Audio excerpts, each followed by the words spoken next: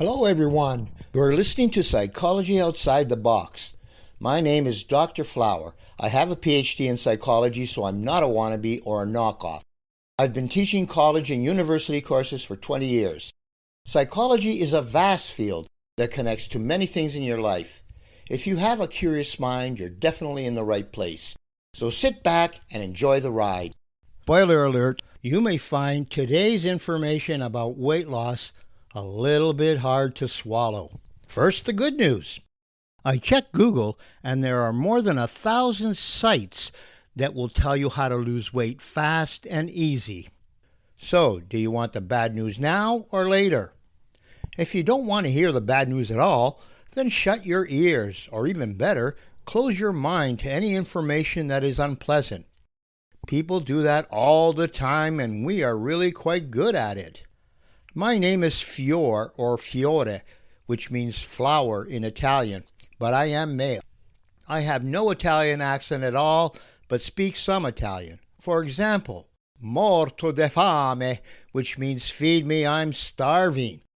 I can say this phrase in 15 different languages. Sadly, it is really true that I'm always hungry. So now I try to avoid things that make me fat, like bathroom scales, mirrors, and photographs. Maybe you too have had this experience when looking in a full-length mirror. Mirror, mirror, glistening glass, tell me this is not my ass. If you think it's hard to lose weight and keep it off, you are not alone, and you are also 100% correct. Long-term weight loss is really difficult to achieve. It's not just about willpower, exercise, or diet.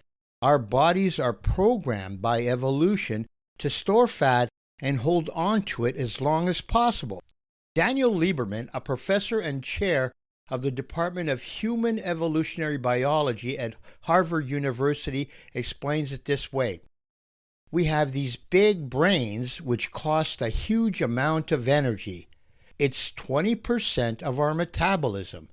And a baby, when it's born, half of its energy is paying for its brain. So human babies are born very fat because they have to have that energy to make sure that they can keep their brain operating properly. Fat is actually storable energy, kind of like a battery. It helped early humans stay alive, powered their bodies to find food, kept their brains working, and made them healthy enough to reproduce. It's like money in the bank, according to Lieberman. Humans evolved to store plenty of fat when possible and then use it when needed. When you eat, your body uses some of the calories you consume for energy right away. Whatever extra calories your body does not need are stored as fat. For this reason, consuming more calories than you burn may cause you to gain weight. Maybe you're wondering, just as I have many times, why can't we just pee or poop out those extra calories? Why do they have to be turned into fat around our belly, thighs, or butt? Life could be quite wonderful if we didn't have to carry all that extra fat around with us. We could eat whatever we want and as much as we want and never, ever gain weight. Your body will actually fight to keep the fat that you have, but we have to travel back in time to understand. Back into our ancient past, back to the time of the dinosaurs 100 million years ago. Oops, sorry about that. There were no humans when dinosaurs ruled the planet. So yes, we went back too far with our time machine. I really need to get that fixed. But who has the time? So now let's travel to the time of our early ancestors about 1 million years ago. This was called the Paleolithic Age or the Stone Age. During this period, people lived in small groups or tribes that included no more than about 40 to 100 individuals. This was the era of hunter-gatherers. Think about living in a time long before any roads, farms, or villages existed. Paleolithic people moved around in search of food. They were nomads or wanderers. Survival was a day-to-day struggle. People had to hunt or search for whatever food they could in fields, in rivers, or in woods. hunting and gathering remained a way of life for more than 1,000,000 years. The search for food was their main activity, and it was often very difficult. They hunted animals and caught fish. These early people also gathered wild nuts, berries, fruits, wild grains, and green plants. It was not until agriculture and farming were invented that people began to settle down in one area. This led to the development of villages, towns, and eventually big cities. But this new era did not start until about 10,000 years ago. Even today in our modern world, there are a few isolated tribes that still survive through hunting and gathering. One example is the Hadza tribe in Tanzania. So our ancient ancestors had no sit-down or fast food restaurants, and worst of all, no donut shops or pizza places. There was no refrigerator for storing food safely, and there were no grocery stores. When our distant relatives were lucky enough to find some food, it was consumed quickly and completely. Leftovers were not invented until thousands of years later, when food was much more plentiful. Starvation was a real and constant danger. So early humans evolved in a way to help them survive periods of food shortage. Our ancestors needed to store any extra energy due to the fact that the next meal was never guaranteed.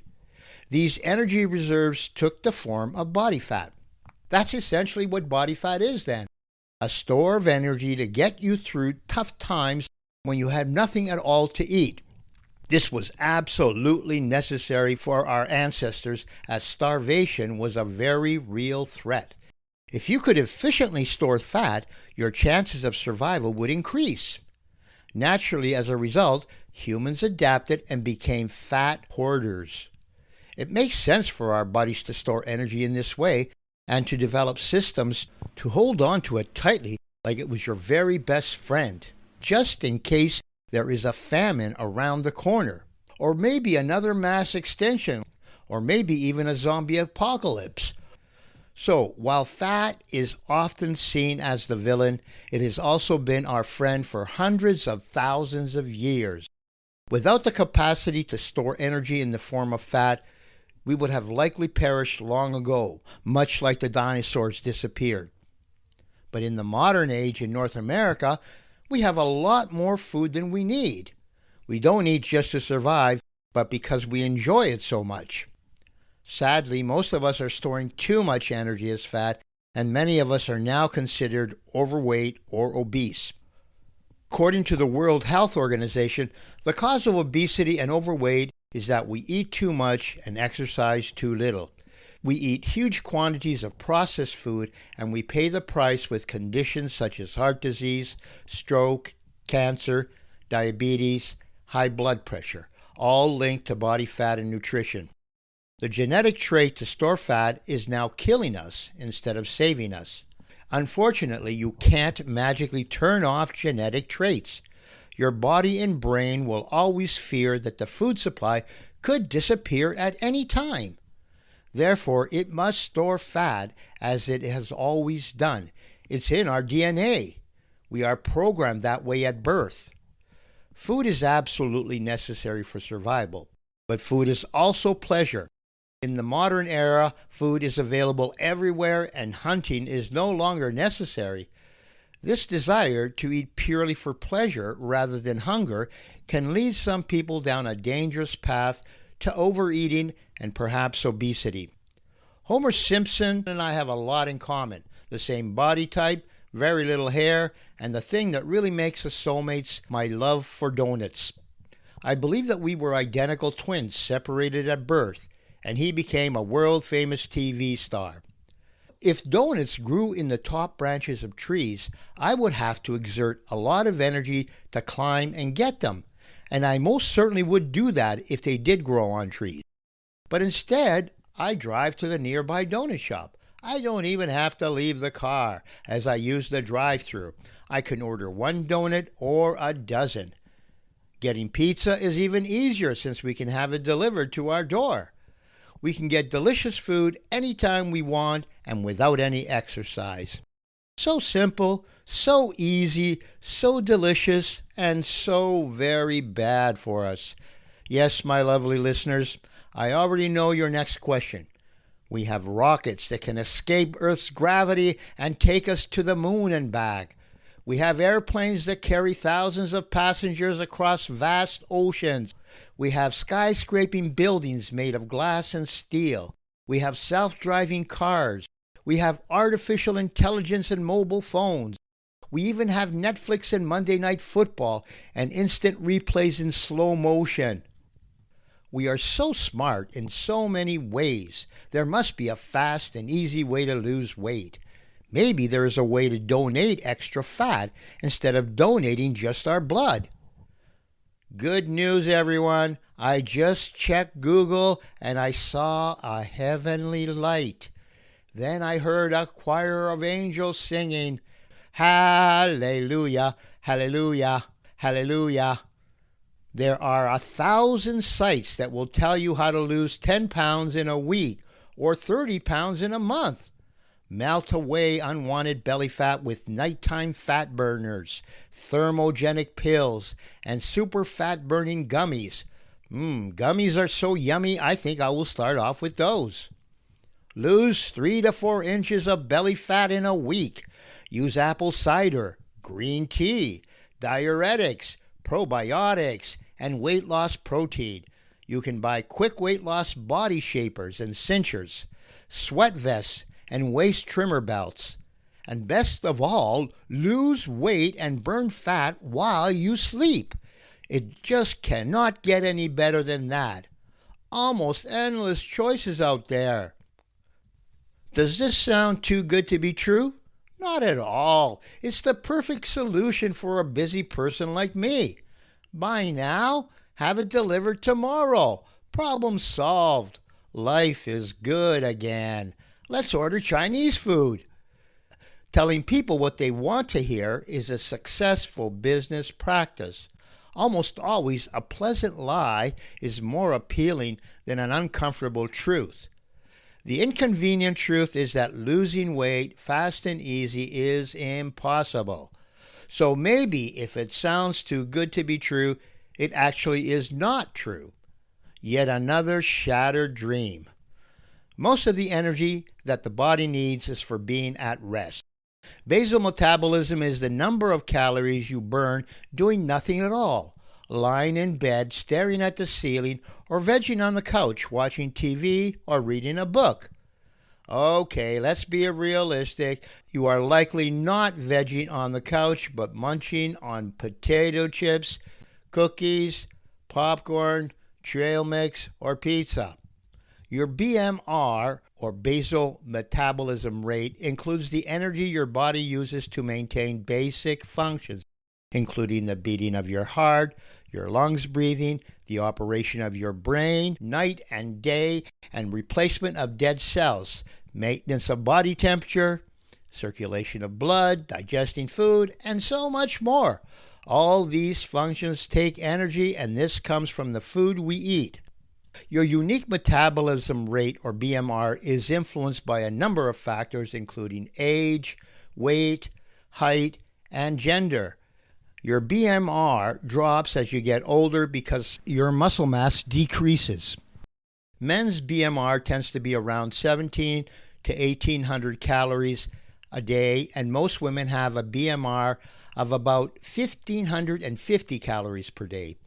These are approximate figures if you remain completely at rest and do nothing at all. If you are more active, then more calories are required to function.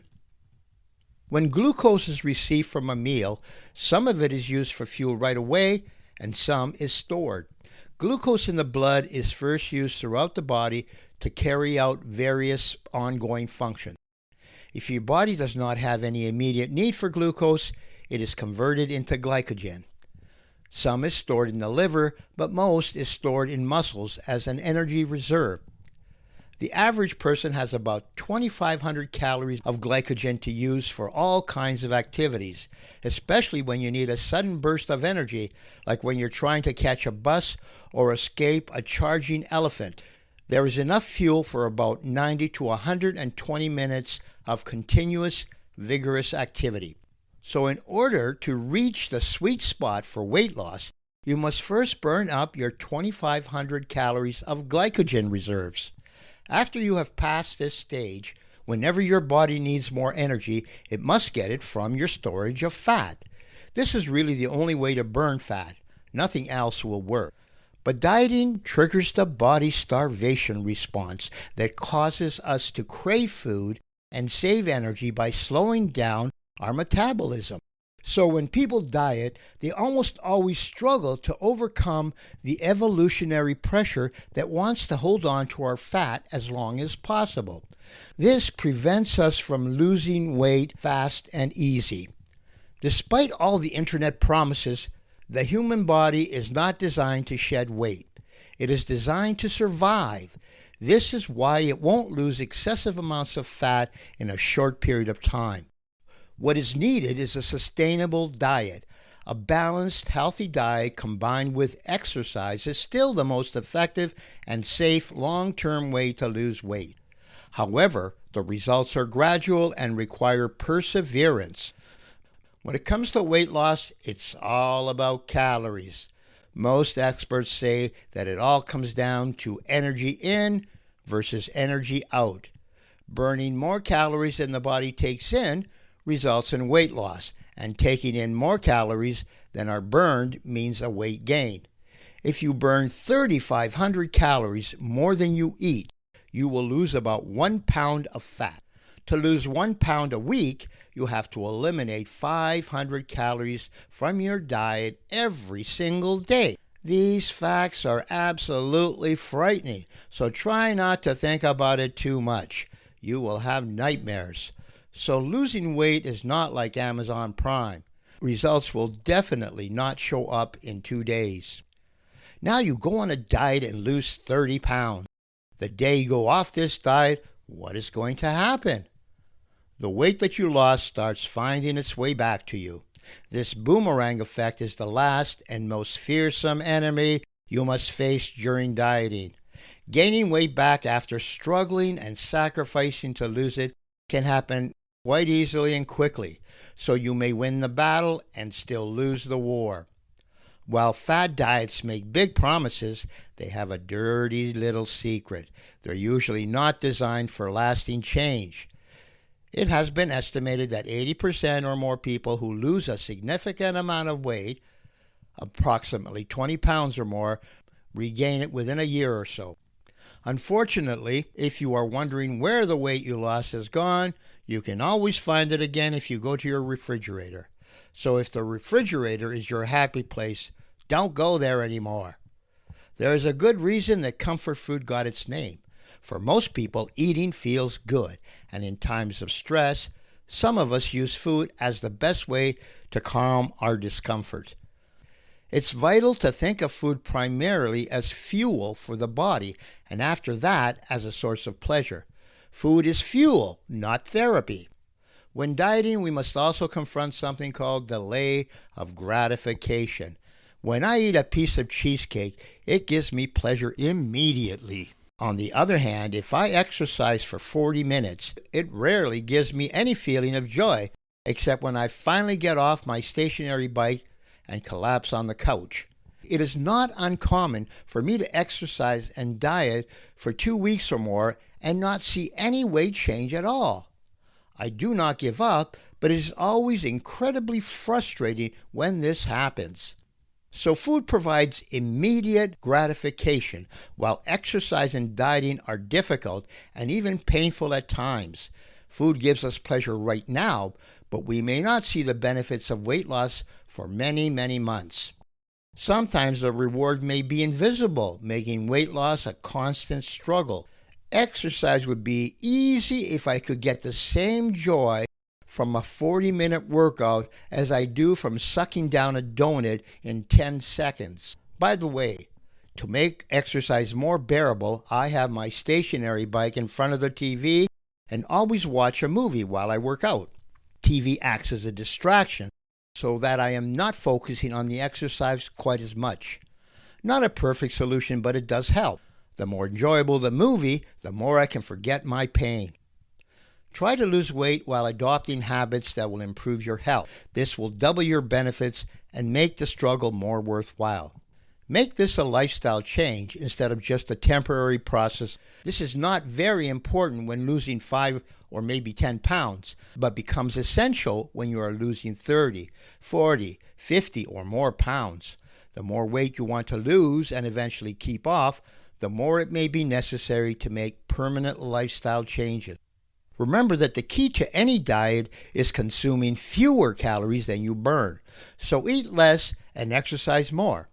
And you must do this consistently for a very long time. You can use one of the big name diets if you wish, but I prefer to follow a no-name, no-frills diet that is manageable for me. Watch out for any diet that restricts an entire food group or forces you to cut out everything that you love. I do not deprive myself of the foods that I absolutely crave, such as pasta, pizza, fresh bread, and of course donuts. The key is to eat these delicious foods less often and in smaller portions. As of today, I have lost about 35 pounds after reaching my highest weight ever of 237 pounds about 18 months ago. I have about 12 pounds to go before I reach my target. At that stage, I hope to reach an equilibrium and stabilize my weight. I wish I could return to my old habits, but I know that will be impossible. I expect to continue my diet and exercise routine, but allowing for a little more flexibility and freedom. In my case, I must always remember to stay away from my greatest enemy, all-you-can-eat buffet. My path has not always been smooth and easy. At times I have lost my self-control and binged for a few days or even a week or two. And there have been plateaus or periods of minimal weight loss, especially in recent months when my progress has slowed significantly, even though I still diet and exercise.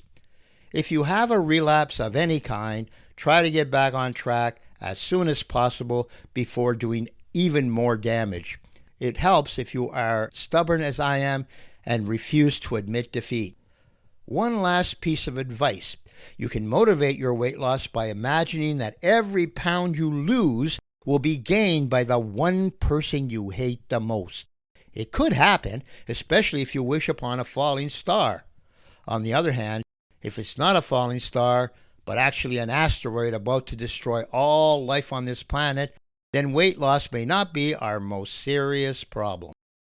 All good things must come to an end, including this podcast.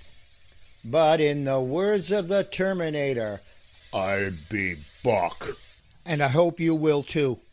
Okay, folks, it's all over for today. We're finished. We reached the end. You don't have to go home, but you can't stay here. I will miss you so very much.